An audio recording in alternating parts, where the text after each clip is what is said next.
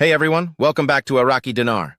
It's great to have you here. This is the place where we dig into what's really going on with currency, oil, and the global economy. And today's topic is a big one.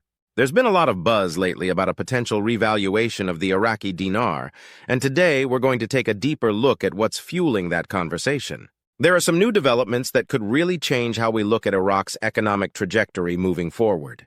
Just this week, the International Monetary Fund, or IMF, released a new report that's turning heads across financial circles. According to this report, Iraq would need oil to be priced above $92 per barrel in order to balance its budget for 2025.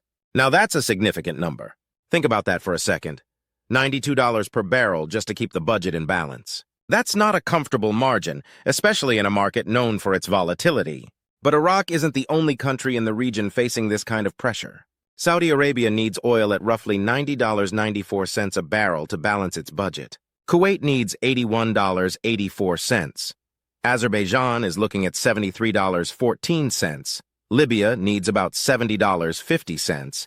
And interestingly, the UAE has the lowest break-even price at $49.95 per barrel. So clearly this is a regional issue, not just an Iraqi one. Still, it matters a lot for Iraq because any major drop in oil prices could mean running a budget deficit.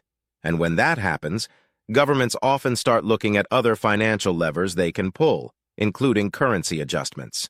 This brings us to the big question: could Iraq be preparing to revalue its currency? Now here's where things start getting even more interesting.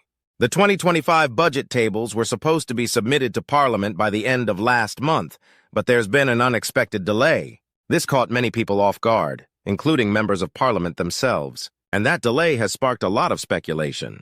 From what I've been hearing, including conversations with several well-connected sources inside Iraq, the belief is that this delay could be directly tied to the possibility of a currency revaluation. If Iraq is indeed considering adjusting the exchange rate, it would make sense to finalize that decision before locking in the numbers for the national budget. Strategically and politically, that would be a smart move. But it also suggests that something bigger could be going on behind the scenes. To really understand what's at stake here, we need to talk about the broader context, the foundation Iraq is working with. While the Iraqi economy has been showing signs of growth, there are still significant structural issues, especially in the banking sector. Problems with transparency, inefficiency, and limited access to basic financial services continue to plague the system. A large segment of the population doesn't fully trust the banks, and many businesses have difficulty getting reliable financial support. And that's a problem, because revaluing a currency isn't just about flipping a switch or changing a number on a screen. It requires a stable, functioning financial infrastructure. You need banks that people trust, systems that can handle the logistics of a new exchange rate, and a public that's ready to work with it. Without those things in place, a revaluation could actually do more harm than good. That's why this conversation goes way beyond exchange rates. It's about building the kind of environment where a revaluation could work and actually benefit the economy. Speaking of modernizing, let's talk about digital currency. Iraq has expressed interest in developing its own digital currency, especially for international trade. And on paper, that sounds exciting. It feels like a forward-thinking move. But the reality is the technology simply isn't there yet. Reports suggest that development is still in its early stages. There's no set launch date, and there's no guarantee the system will be fully functional anytime soon. That kind of uncertainty makes it hard to believe that Iraq is ready for a major revaluation just yet. And then there's the issue of cross-border payment systems, another area where Iraq is lagging. These systems are essential for facilitating international trade, handling remittances, and integrating with the global economy. But Iraq's infrastructure here still needs a lot of work. Without strong, modern systems in place, Iraq risks falling even further behind while other countries move forward.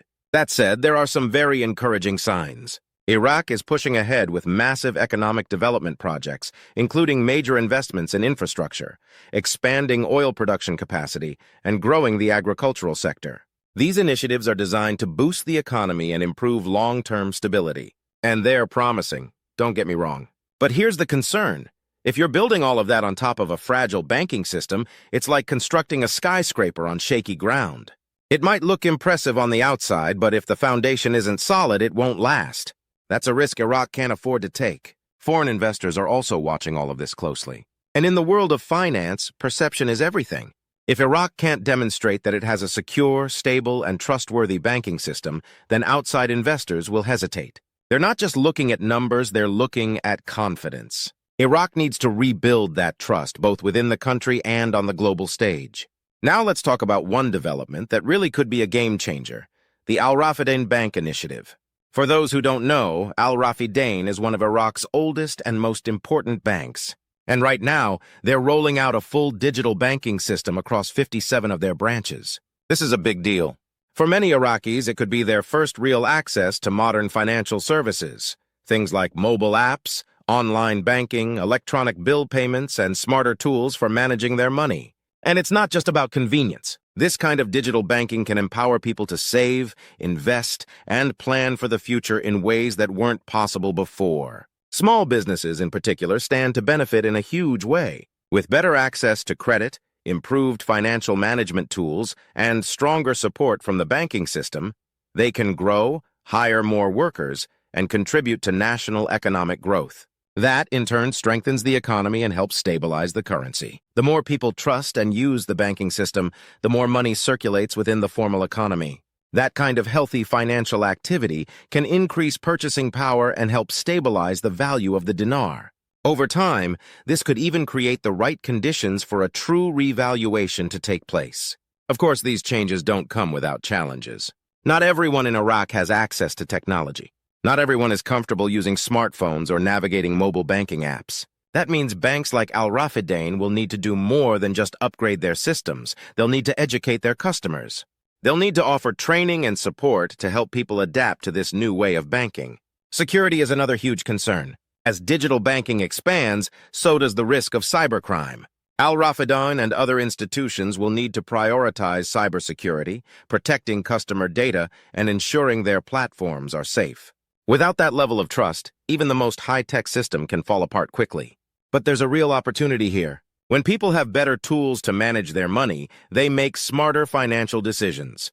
They invest in their communities. They support local businesses. They build resilience. And when communities thrive, so does the economy. So where does all this leave us? Is Iraq ready to revalue the dinar right now? Not quite, but it's moving in that direction. The groundwork is being laid. If the banking sector continues to modernize, if digital services expand, and if the government follows through on its development plans, then a revaluation may not be too far off. The next few months are going to be critical. We'll be watching for signs in the 2025 budget, oil price trends, and any updates to the country's exchange rate policies. There are still a lot of open questions, but one thing is clear. Change is happening. That's it for today's video. I'd love to hear what you think. Do you believe Iraq is heading toward a currency revaluation? Are these developments enough to prepare the country for such a major move? Drop your thoughts in the comments.